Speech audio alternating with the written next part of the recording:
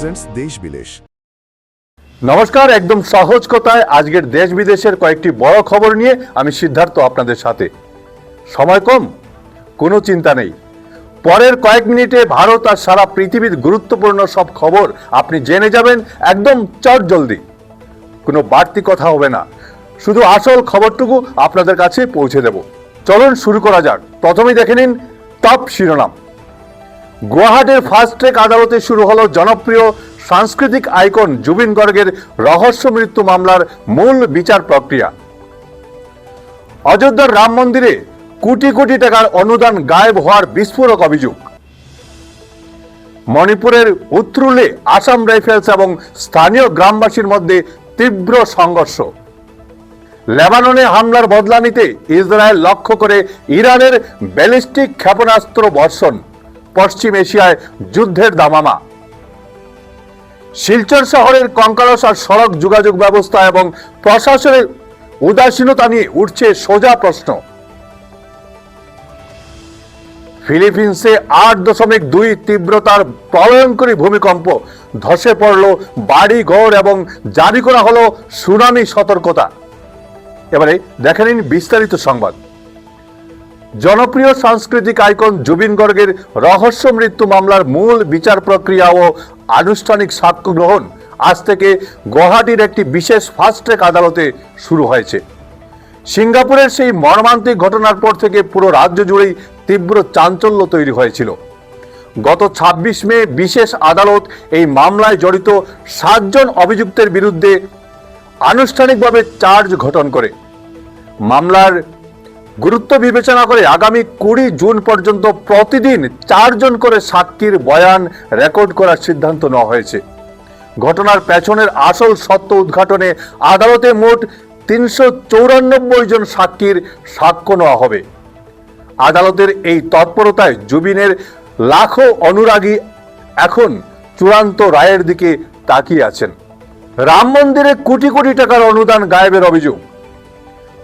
অযোধ্যার রাম মন্দিরে ভক্তদের দান করা কোটি কোটি টাকা উধাও হয়ে গিয়েছে বলে রোববার এক বিস্ফোরক অভিযোগ করেছেন সমাজবাদী পার্টির সাংসদ অখিলেশ যাদব।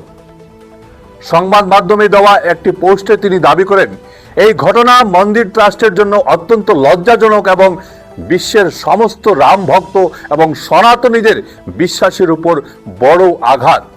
এই জালিয়াতির ঘটনায় তিনি দেশের আদালতের শত প্রণোদিত হস্তক্ষেপ দাবি করেছেন এবং সরকারের নীরবতা নিয়ে প্রশ্ন তুলেছেন।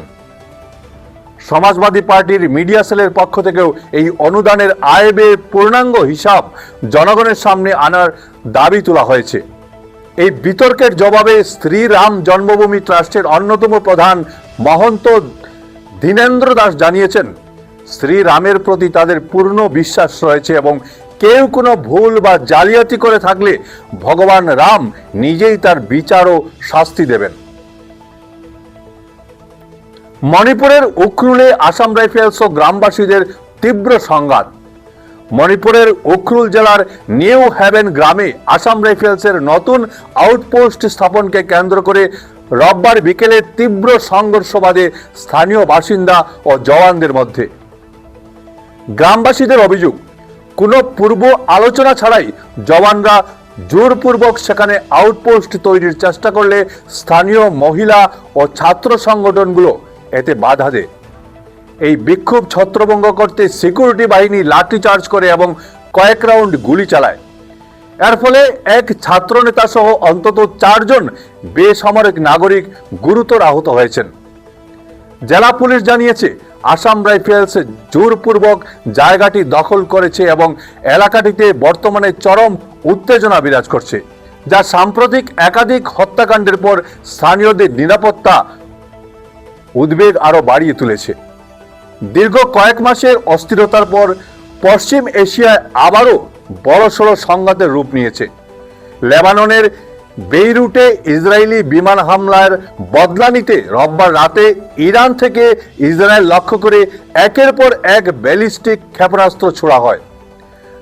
তেহরানের দাবি, ইসরায়েলের রামাত ডেভিড বিমান ঘাঁটি লক্ষ্য করে অন্তত 10টি ক্ষেপণাস্ত্র ছোড়া হয়েছিল এবং লেবাননে ইসরায়েলি আগ্রাসন বন্ধ না হলে এই প্রতিক্রিয়া আরো জোরালো হবে।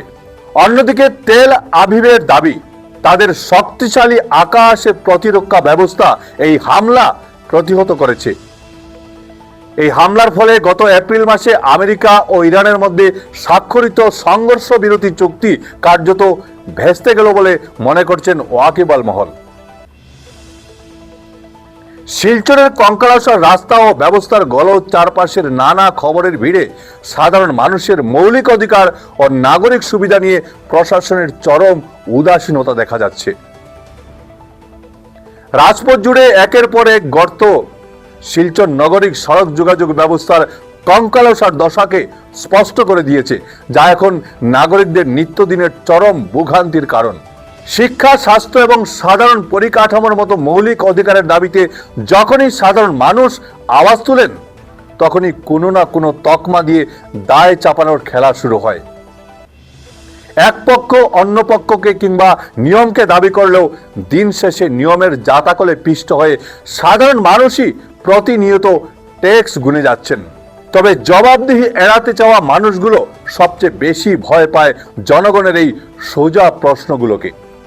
ফিলিপিন্সে প্রলয়ঙ্করী ভূমিকম্প, সুনামির সতর্কতা। এক প্রলয়ঙ্করী ভূমিকম্পে কেঁপে উঠল দক্ষিণ পূর্ব এশিয়ার দেশ ফিলিপিন্স।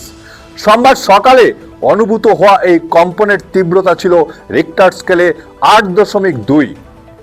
তীব্র কম্পনের জেরে বহু ঘরবাড়ি ধসে পড়েছে এবং ইতিমধ্যে কয়েকজনের মৃত্যুর খবর পাওয়া গিয়েছে।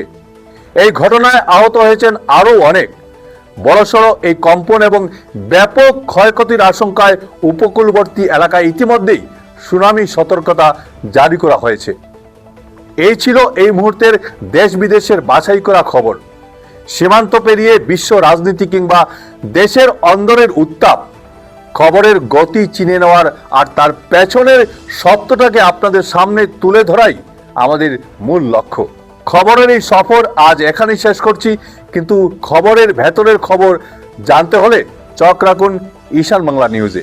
দেখা হচ্ছে পরবর্তী বুলেটিনে। সুস্থ থাকুন, সচেতন থাকুন। ধন্যবাদ।